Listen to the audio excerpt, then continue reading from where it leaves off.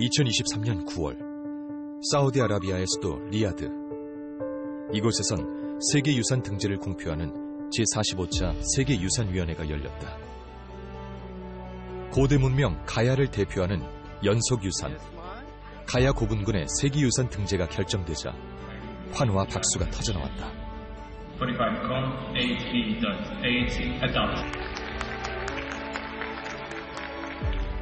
2013년 세계유산 잠정 목록에 등재된 후 10여 년 노력 끝에 이룬 쾌거였다. 김해 대성동 고분군과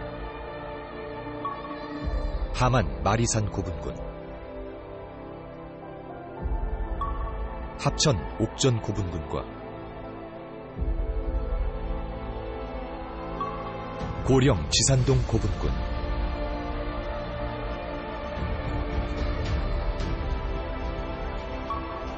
고성 송학동 고분군과 남원 유곡리와 두랑리 고분군,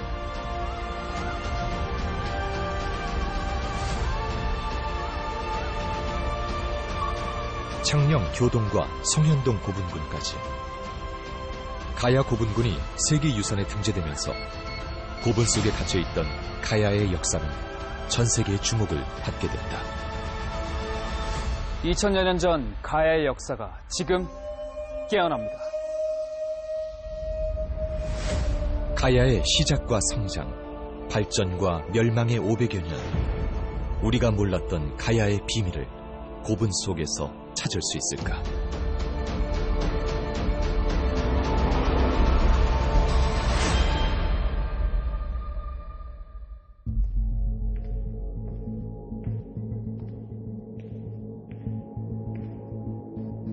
어느 누구도 피할 수 없는 것이 바로 죽음입니다. 그런 점에서 삶보다 죽음이 더 공평하다는 이야기를 합니다. 여기 자신들이 살았던 역사를 죽음의 공간인 무덤을 통해 후세에 증명해야 하는 이들이 있습니다. 스스로 기록을 남기지 않아 우리에게는 여전히 물음표로 남아있는 나라. 이 땅에서 500여년간 존재하다가 1500여 년 전 자취를 감춘 가야의 이야기인데요. 그들이 자신의 무덤인 가야 고분을 통해 우리에게 어떤 이야기를 하고 싶은지 그들의 무덤 속으로 들어가 봐야겠습니다.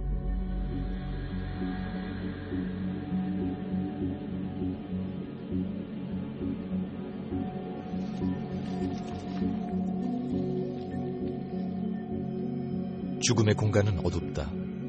왕의 무덤이라 해도 예외는 아니다. 무덤 속에 들어온 이유는 단 하나. 가야의 역사를 찾기 위해서다. 지금 현재 저희가 있는 곳은 이제 창녕 개성고분군입니다. 2019년도에 사적으로 지정이 됐고요. 창녕 북부 지역에 이제 세계유산으로 지정된 창녕 교동소면동이 있다면 남부 쪽에는 현재 저희가 있는 창녕 개성고분군이 있다고 할 수 있겠습니다. 창녕 개성고분군 같은 경우에는 이제 291기의 고분이 조성되어 있는 대규모의 고분군이고 비화가야의 처음을 알릴 수 있는 아주 중요한 고분군이라고 할 수 있습니다. 무덤은 죽음을 바라보는 그 시대 사람들의 생각이 반영되어 있다. 고분을 만드는 방식이나 매장하는 방법, 고분에서 나온 인골과 유물들까지 고분에 관한 모든 것은 가야인의 삶을 말해준다.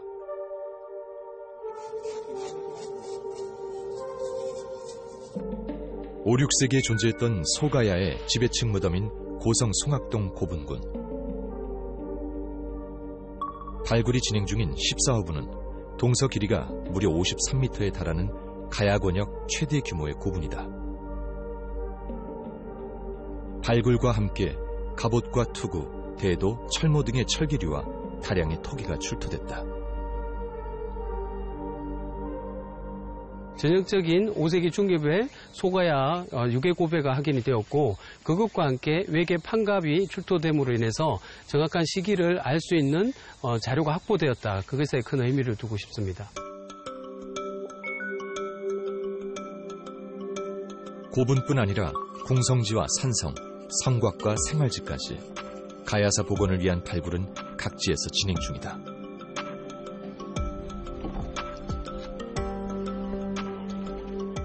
1500년 전 대가야의 실체를 증명하는 대가야 공성지의 흔적을 찾기 위한 현장이고요. 대가야 공성지 중에서도 북벽 성벽 부분을 확인하기 위한 조사 현장입니다.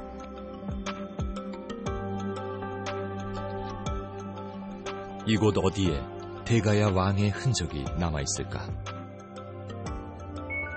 가야시대 조개 무덤이 발견되었던 김해 봉황리에서도 발굴 작업이 한창이다.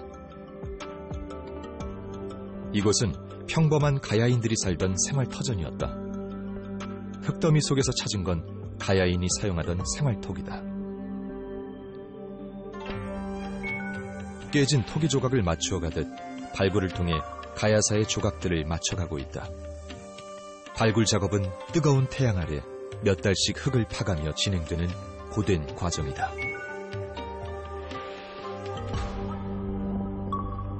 가야의 역사에 대해 유적과 유물을 통한 고고학적 발굴에 의존할 수밖에 없는 건 가야에 대한 기록이 거의 없기 때문이다. 이 땅에 가야가 존재했던 시기에 한반도에는 삼국이 자리 잡고 있었다. 신라는 기원전 57년 경주 평야를 중심으로, 고구려는 기원전 37년 압록강 지역의 졸본을 중심으로, 백제는 기원전 18년 하남 위례성을 중심으로 건국되었다.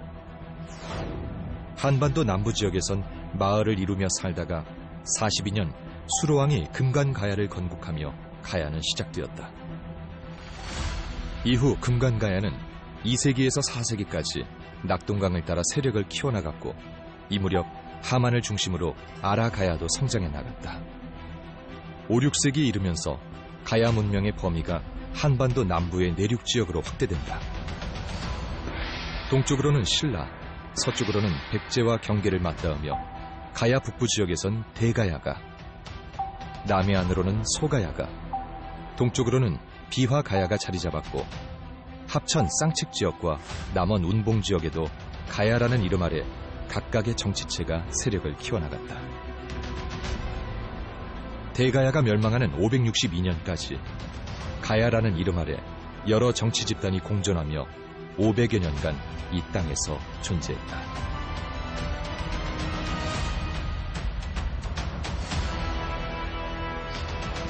지금까지 우리 역사는, 특히 고대 역사는 고구려 백제 신라의 중앙 집권화된 국가를 중심으로 이루어졌습니다. 그 국가들은 강한, 크고 강함을 지향한 20세기에 맞는 고대 국가였습니다.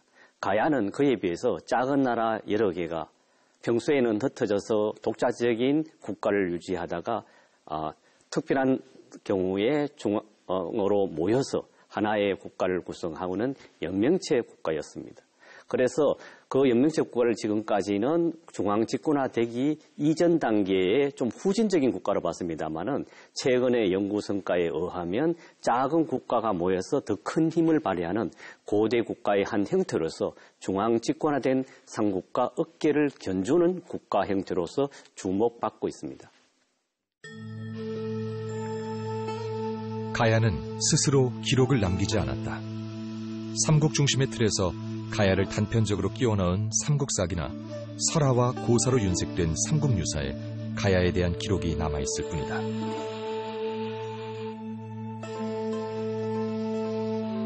(8세기에) 편찬된 일본의 역사서 일본 서기에도 가야에 대한 기록이 있지만 일본 중심의 기록을 그대로 받아들일 순 없다. 가야에 대한 기록은 왜 이렇게 빈곤한 것일까? 신라가 나중에 통일신라가 되면서 최후의 승자가 되지 않았습니까? 고대사에서. 그래서 그 신라가 역사를 정비하면서 가야라는 존재는 옛날부터 신라 땅이었던 것처럼 그런 식으로 사료를 정리했어요.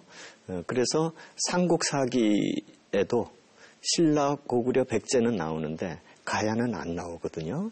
가야라는 국가는 역사상에 존재하지 않았던 것처럼 그렇게 되었던 것이 가장 중요한 이유 중에 하나고, 사라진 가야 문명의 존재를 알려주는 가장 분명한 증거는 바로 가야 고분이다. 유네스코 세계유산에 등재된 합천 옥전 고분군의 탐방로 구간 발굴 조사를 진행하고자 하나이다. 무덤을 열기 위해선 예가 필요하다. 발굴 조사에 앞서 개토제가 열렸다. 사실 가야는 패자의 역사이다 보니까 사실 문헌 사료가 많지 않습니다. 하지만 이런 고고학 조사를 통해서 우리가 알지 못하는 물질 자료를 확보함으로써 우리가 모르는 가야를 확인하는 작업이라고 볼 수 있습니다. 그렇기 때문에 이 조사를 통해서 우리가 모르는 가야를 더 알 수 있는 계기가 될 것으로 판단됩니다.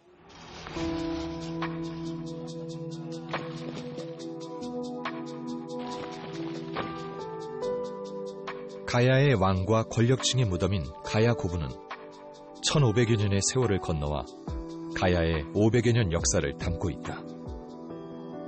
그렇다면 고분이라는 타임캡슐 속에서 우리는 무엇을 눈여겨봐야 할까?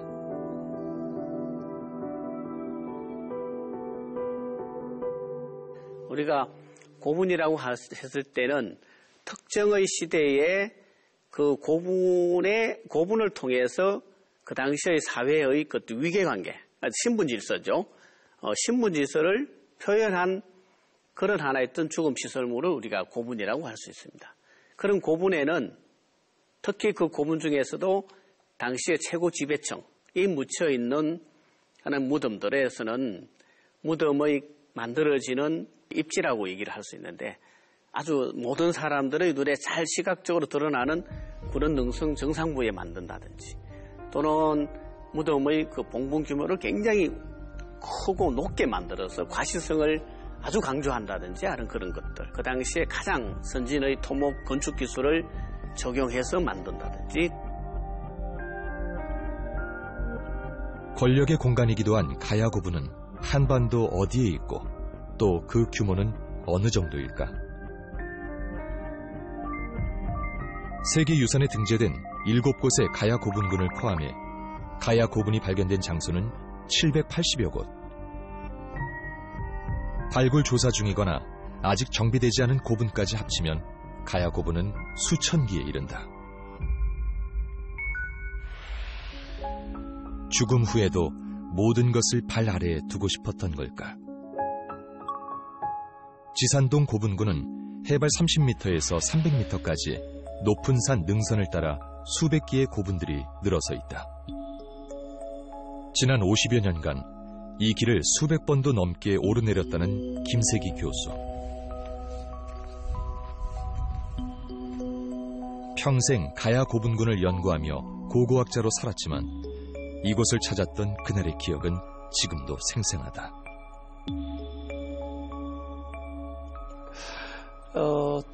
제가 대학 3학년, 학부 3학년 때 고령에서 고분 발굴이 시작됐는데 발굴 단원이 필요하다. 학생 몇 명이 필요한데 같이 가자. 그래서 그 발굴에 참가하게 됐습니다. 그게 1977년 12월 3일이었어요. 가야는 그때까지도 잘 일반인들에게는 알려지지도 않았고 그냥 방치되고 있는 상태였기 때문에 잘 이렇게 복원을 해서 그래도 그것도 정비를 해야 되겠다고 생각을 했었어요. 1977년 겨울 대학생이었던 그는 처음 고령 땅을 밟았다. 현장에 지은 막사에서 추위를 견뎌가며 한 달여간 발굴에 참여했다. 당시 지산동 고분군 44호부는 경북대학교가, 45호부는 계명대학교가 맡아 발굴을 진행했다. 교수의 지휘 아래 조심스럽게 땅을 파나갔고 고분 속에서 무언가 발견될 때마다 설렘과 긴장이 교차했다. 그 신문에 1977년 12월 24일자 한국일보 조간 신문에 일면 머릿기사로 고령에서 가야시대 순장 고분 발굴하는 신문을 여기 군 공보실장이 아침에 8시 보통 8시부터 발굴을 하는데 7시 반쯤 헐레벌떡 올라와가지고 이 신문에 그런 20여 명 순장 가야고분 발굴하는 가지고 와서 저희들도 깜짝 놀랐고. 순장이란 죽은 권력자를 위해 종속관계에 있는 사람이나 동물을 죽여 함께 매장하는 행위를 말한다. 지산동 고분군에서 엄청난 규모의 순장이 발견되면서 세상의 관심은 고령으로 집중됐다. 죽음 후에도 현세와 같이 삶이 지속된다고 믿었던 사람들. 그것이 순장의 이유였다. 순장이라는 게 주인공이 죽으면 왕이나 이 귀족이 죽으면 그 밑에 노비나 이런 사람을 순장 이렇게 죽여서 같이 묻었다고. 근데 그걸 보면서 이런 제도가 실제로 있었구나. 과연 그게 가능할까? 오늘날 우리들 생각으로 보면 그게 어떻게 같은 사람인데 사람을 그렇게 죽여서 묻나. 대가야 왕의 무덤인 지산동 고분군 44호분. 5세기 말에 지어진 것으로 보이는 이 고분에는 무려 36명 이상의 순장자가 있었다. 그들의 죽음은 무엇을 의미하고 있을까?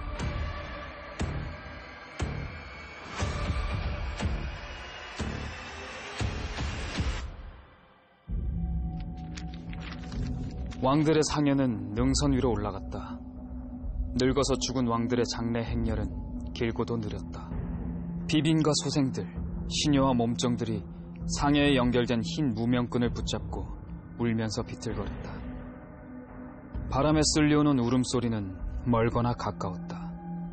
울음은 물결처럼 일렁이면서 산으로 올라갔다. 기분 작가의 소설 현의 노래 중 일부를 읽어드렸는데요.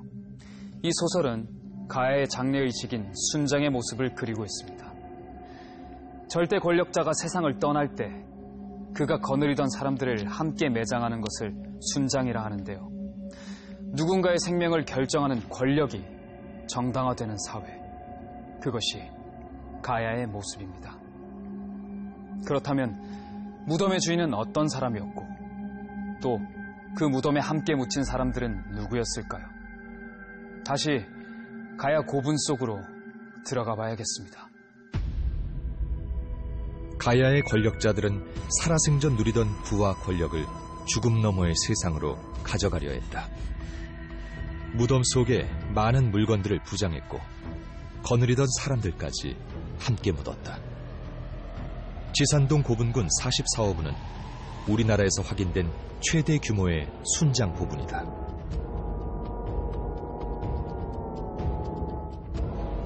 무덤 주인인 왕을 중심으로 왕을 호위하던 장군과 무사, 비첩과 시녀, 창고지기와 의복 및 음식 담당자, 물품 관리인과 마부, 농부까지 순장되었다.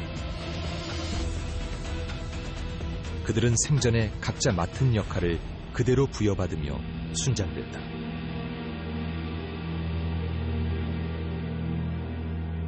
아마도 순장자들은 정중히 죽음의 과정을 맞이했고 정중한 상태로 매장, 몸을 바르게 편 채로 매장이 되었다 하는 것은 분명합니다. 그러니까 결국 순장의 목적은 무덤 주인공의 내세에 가서도 제대로 보필하게 하는 그런 목적이다 보니까 신체 건강한 사람들을 선정하고 신체를 훼손하지 않고 정중한 상태, 또 순장자들 자체도 그런 내세관에 의해서 매장이 되기 때문에 가장 완전한 상태로 매장이 되었지 않을까라고 생각합니다.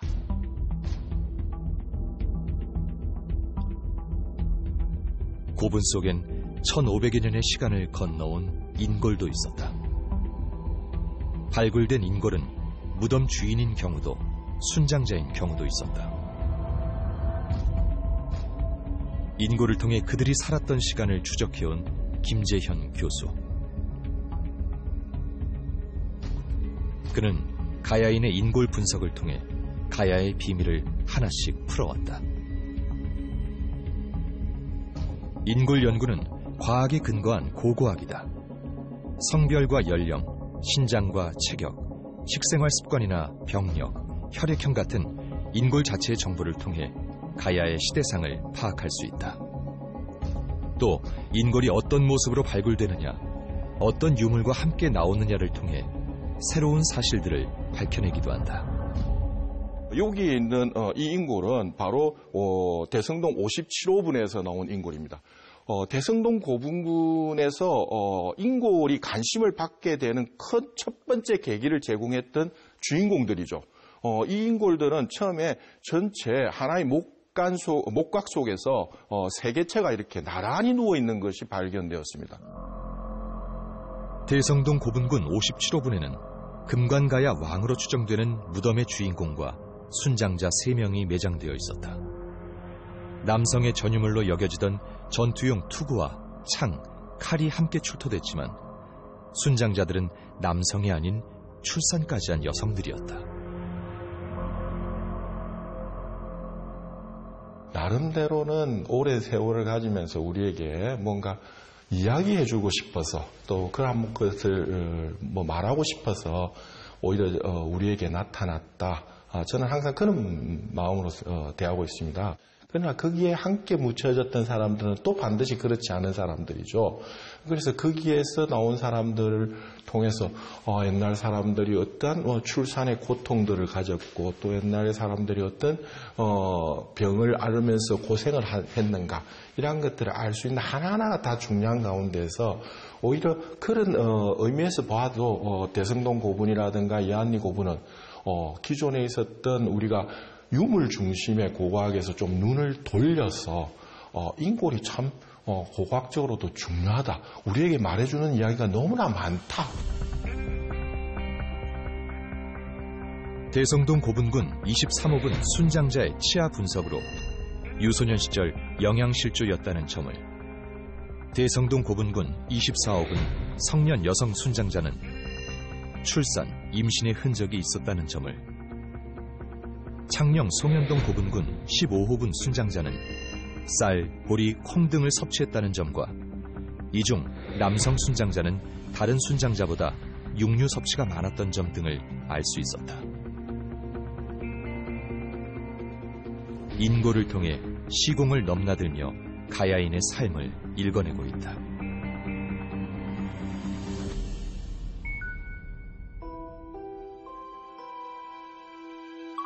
하만 마리산의 아침이 밝았다. 말이랑 우두머리란 의미.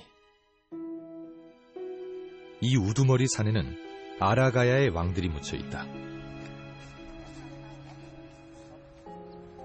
가야의 고분과 순장에 대해 연구해온 김수환 위원이 마리산 고분군을 찾았다.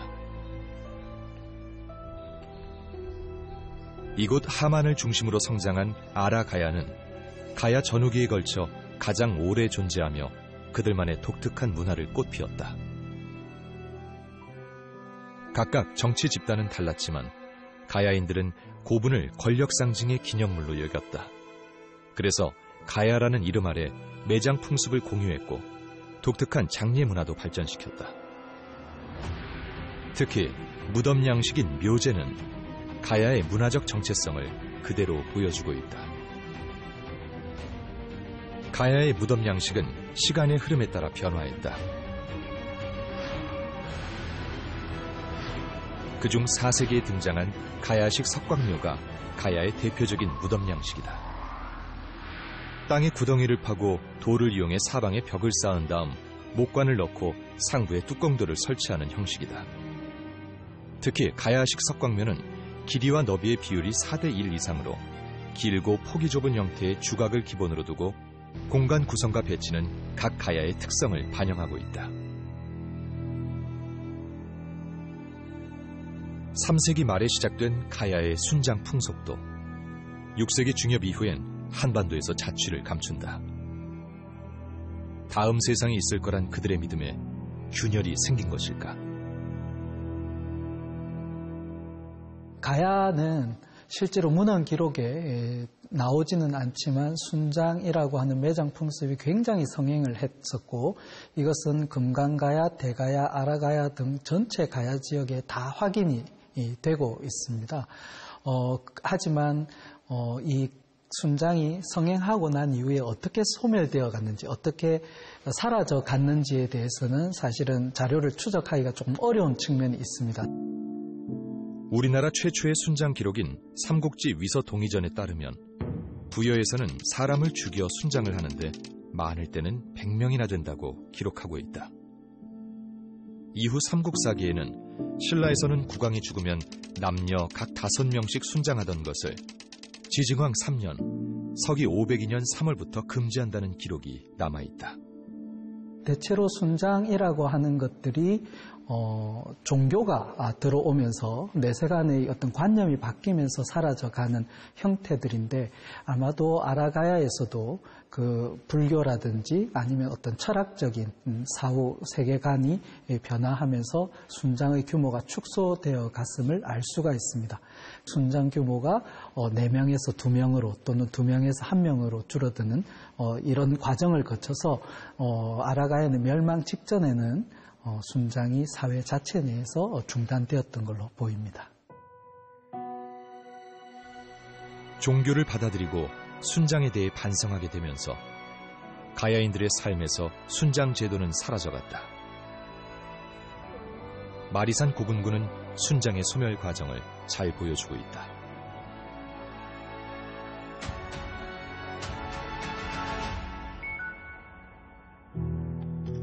가야를 이해하기 위한 답은 모두 고분 안에 있다. 하나씩 답을 찾아가는 과정 속에 인간이 쳐놓은 걸림돌도 있다. 최영준 학예사는 그 실체를 마주할 때마다 안타까운 심정이다.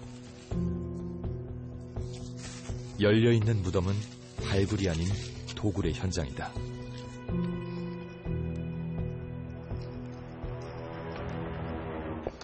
여기는 이제 교동과 송현동 고분군 중 이제 정비가 되지 않은 구역 중 한 곳인데 이 고분군은 아직까지 이제 정비가 되지 않은 채로 도굴의 피해를 그대로 입었던 모습을 보여주고 있습니다. 사실 유물의 위치는 그 자리에 있어야만이 그 가치를 발하게 됩니다. 저희가 이 도굴궁에서 나온 유물들은 이제 어딘가에는 있겠지만 이 유물들이 어디에서 나온 것인지 사실 알 수가 없지 않습니까? 그렇기 때문에 이 유물이 아무리 좋은 거라도 이 본래의 자리에서 나오지 않은 것들은 그 가치를 잃어버리기 때문에 이런 도굴의 현장을 볼 때마다 참 마음이 아프고 그렇습니다. 발굴이 진행 중인 창녕 개성 고분군. 비화가의 역사가 간직된 이곳도 도굴로 큰 피해를 입었다. 누군가 계획적으로 고분을 팠고 그곳에서 무언가를 가지고 사라졌다. 우리는 그곳에 있던 유물의 의미를 밝힐 기회를 잃고 말았다. 유물은 하나도 없고 이 호미 한 자루만 있었는데 요거는 이제 뭐 삼국시대 호미는 아니고 도굴을 할 때 만들어 썼던 그 도구로 지금 현재는 이제 그렇게 확인이 됩니다. 맞습니다. 그래서 여기서 유물 한 점도 안 나왔습니다. 유물 한 점도 안 나오고 다 도굴해서 가져가고 가야 고분 발굴이 본격화된 것은 일제강점기였다. 도굴 역시 이 시기를 기점으로 자행되었다.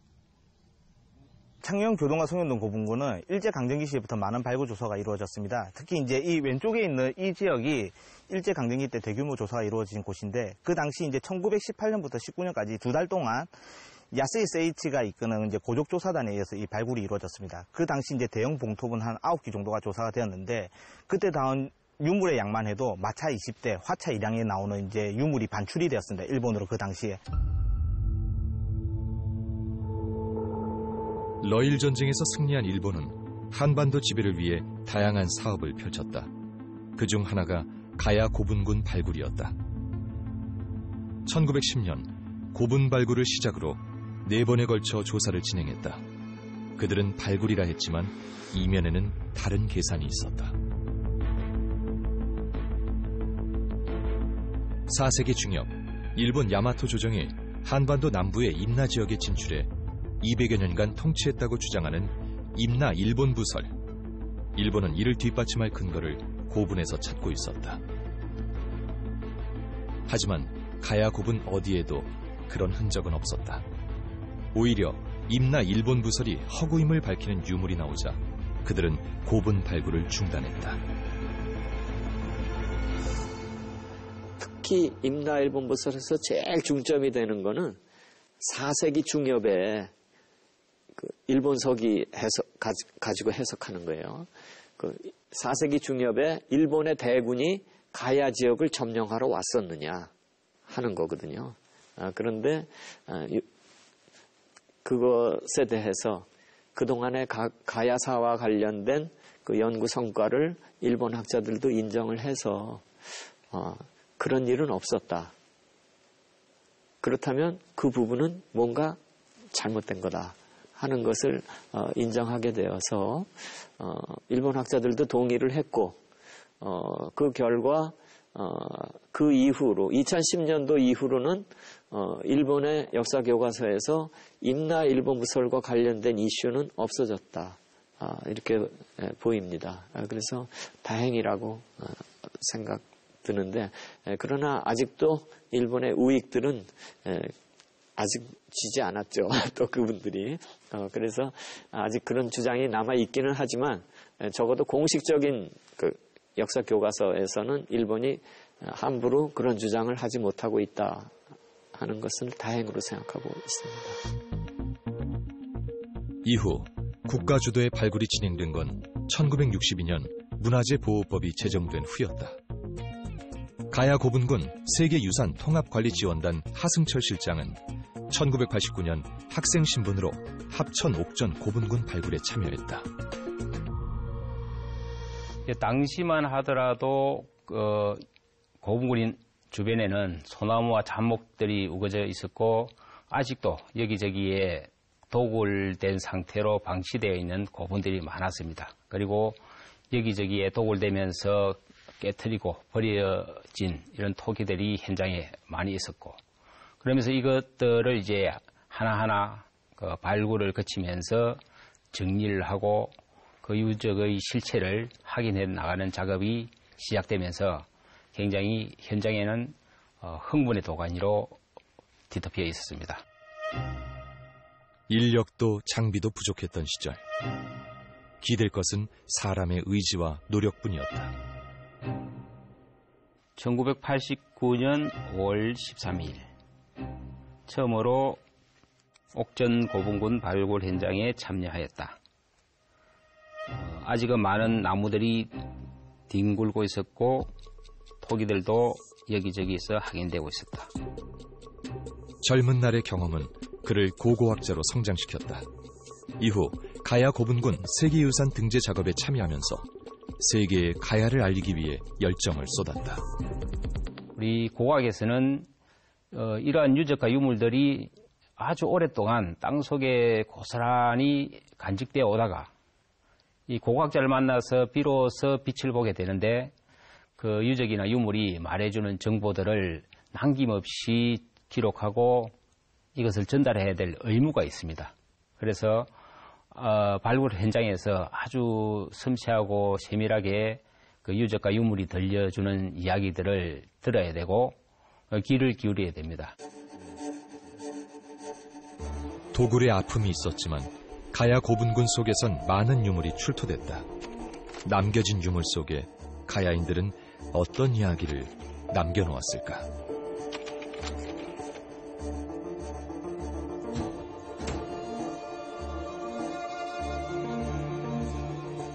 가야인들이 죽음 넘어 세상까지 가져가려 했던 것들은 1500여 년 동안 무덤 속을 지켰다. 그리고 발굴을 통해 세상 밖으로 나왔다.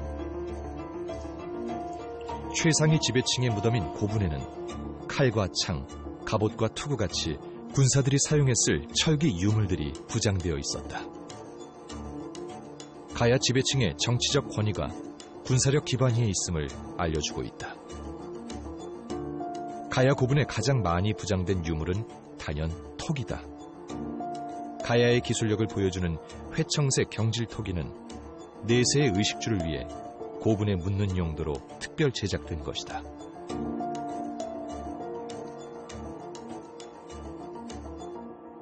무덤의 그 주인공의 신분을 보여주는 그런 위세품이라든지 또 다양한 물품들을 저장하기 위한 저장 용기라든지 이런 다양한 유물들이 들어가는데 뭐 그런 것들을 통해서 가야 시대의 어떤 사람들의 삶과 또 문화들을 우리가 알 수가 있고 특히 그 부장품들 중에는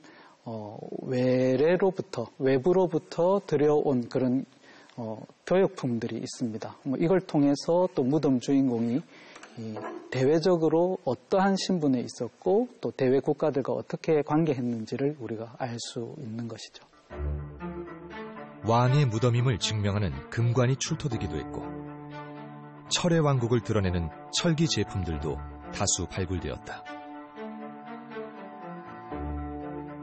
중국이나 일본, 서역과 교류한 교역품들도 고분에서 출토됐다. 옥전 고분군에서 출토된 로만 글라스는 5세기 로마 시대에 제작된 것으로 가야의 활발한 국제 교류를 확인할 수 있다.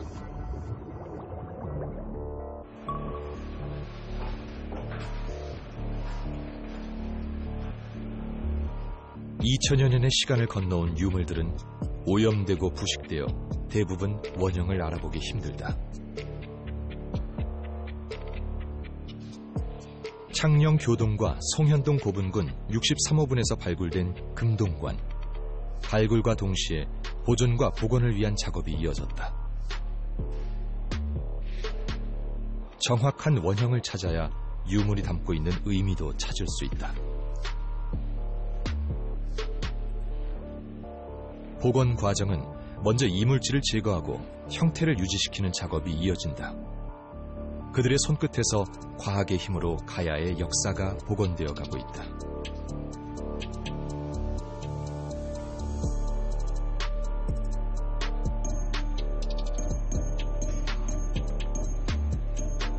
하만 마리산 고분군 8호분에선 말의 뼈와 함께 말이 입고 있던 갑옷, 마갑이 출토됐다. 전쟁에 나갈 말을 지키기 위해 정교하게 마갑을 만들어 입혔던 것이다. 지금 여기에 있는 유물들은 하만 마리산 8호분에서 출토된 갑옷들인데요. 지금 저희가 보존 처리 작업과 복원 그리고 분석 그리고 재현 작업을 진행을 하고 있습니다. 갑옷을 보시면은 다양한 형태들이 확인되고 있는데요. 이 형태를 통해서 저희가 사람 갑옷하고 말 갑옷이 함께 부장되어 있다는 것을 확인할 수 있었습니다. 그래서 이 형태만 봐서는 어떻게 연결되었고 어떤 식으로 말 갑옷에 입혀졌는지 확인하기 어렵기 때문에 재현품 제작 작업을 하고 있습니다.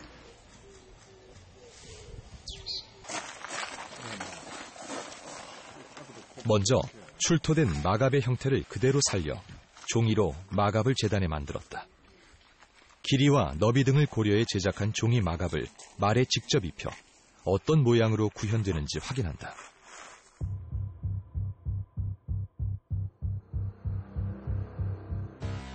이후 종이 마갑의 형태를 바탕으로 실제 마갑을 만들어 나갔다. 작은 철 조각들을 하나씩 가죽끈으로 이어나갔다.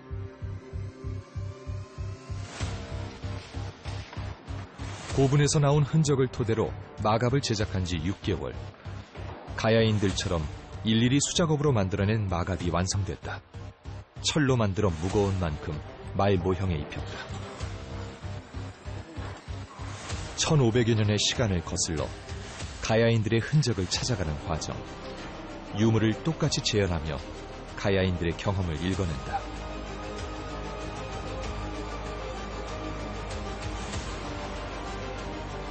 마갑을 입힌 말을 타고 장수는 전장으로 향했을까? 그 전쟁에서 그들은 승리했을까?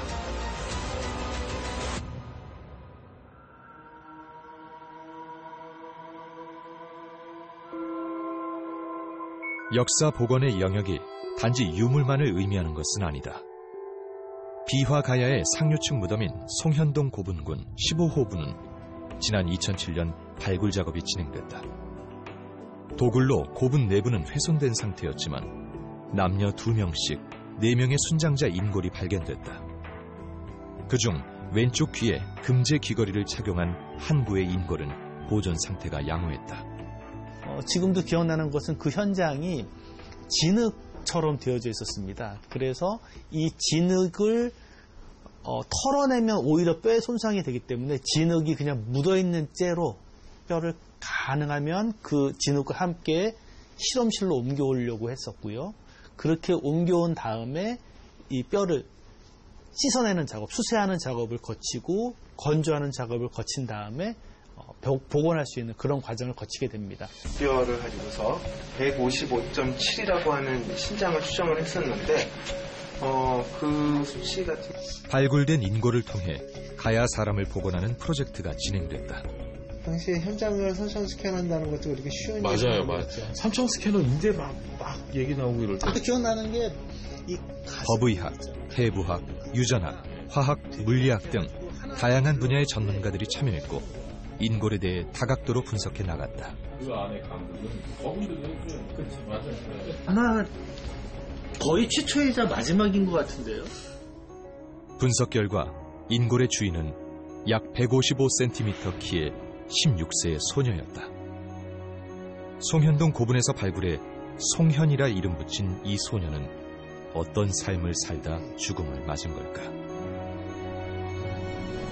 우리 정강뼈하고 종아리뼈에 이제 붙어 있는 근육 중에는 이제 가자미근이라고 하는 근육이 있는데 그 가자미 근육이 붙어 있는 자리에 이렇게 좀 뭔가 이렇게 파여 있는 그런 양상이 좀 보였었고 그런 뼈 반응이 보이는 경우에는 어떤 그 굉장히 반복적인 운동이 쉼없이 이루어지게 되고 그로 인해서 생긴 병리적인 소견이라고 보았습니다. 그래서 이제 그거를 통해서 아마 종아리 이하로 이제 발목을 중심으로 움직여지는 어떤 운동을 굉장히 쉼없이 하지 않았을까라고 추정을 하였습니다.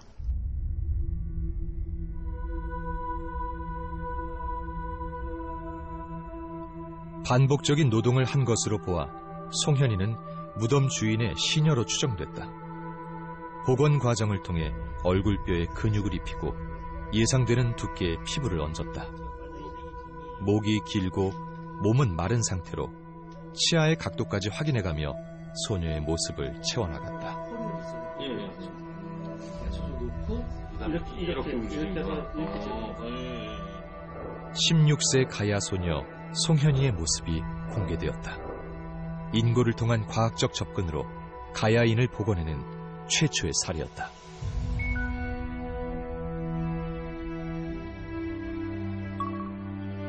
가야가 이 땅에서 종적을 감춘 지 1500여 년의 시간이 흘렀다. 하지만 우리는 여전히 가야의 흔적을 찾고 있다. 이곳은 대가야 왕이 살았던 공성지로 추정되는 곳으로 진흙벌에서 건축의 흔적이 발견됐다. 가야 시대의 해자로 적의 접근을 막기 위해 성벽 주변에 고랑을 파서낸 물길을 말한다. 내부에서는 이제 지금 현재 그 해자뿐만 아니라 해자 내부에 그런 이제 목심들을 넣어서 그 방어를 조금 더 강화하기 위한 그런 흔적들도 확인되고 있습니다. 물길을 파고 그곳에 목심을 넣어가며 적으로부터 궁을 지켜야 했던 걸까? 성장해가는 주변국들은 호시탐탐 기회를 노리고 있었고 가야는 수없이 많은 위기에 처했을 것이다. 가야의 유적 위에 차곡차곡 다른 역사가 쌓여있다. 가야를 지배한 권력들이 자신들의 역사를 덮어나간 흔적이다. 저희가 대가야 공성지를 확인하기 위한 그 여러 가지 조사들을 진행을 하는데 그 중에 하나가 그 내부 시설을 확인하기 위한 그런 지하 레이더 탐사를 진행을 하였습니다. 그 결과를 보면 사실 그 뚜렷한 그런 대가야 공성과 관련된 시설들이 확인이 되지 않고 있는 걸로 봐서 아마도 신라가 대가야를 공격하고 나서 그런 대가야 궁성 중심이 되는 그 궁성을 파괴하는 그 일련의 과정이 있었던 것으로 보이고 이러한 것들은 대가야의 그런 사민 정책이나 아니면 이제 여러 가지 대가야 이제 생활 주거지에 그런 이제 흔적들이 확인이 되지 않고 그 성토층 성벽이 무너진 그런 성토층들이 확인이 되는 걸로 지금 대변되고 있습니다. 562년 가야인들은 자신들의 삶을 고분이라는 증거로 남긴 채 대가야 멸망과 함께 한반도에서 그렇게 사라졌다. 가야인들은 그들의 무덤인 고분을 통해 우리에게 수많은 이야기를 전하고 있었습니다. 그들이 고분을 통해 남긴 삶과 죽음의 역사들을 이제는 우리가 기억해야 할 차례입니다. 2023년 유네스코 세계유산에 등재된 연속유산 가야고분군. 2000여 년 전 500여 년간 이 땅에 존재했던 우리의 자랑스러운 역사 가야가 다시 깨어나고 있습니다.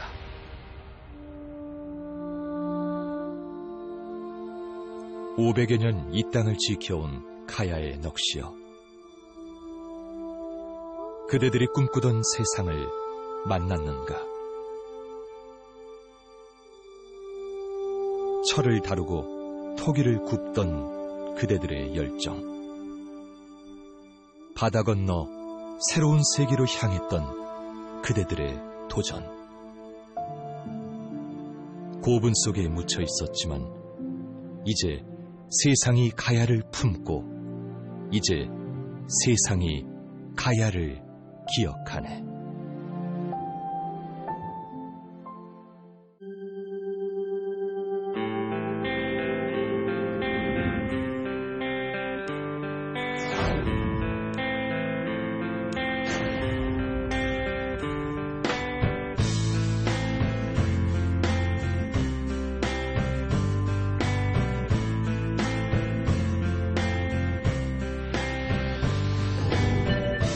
가야인들이 만든 명품 토기, 메이드 인 가야.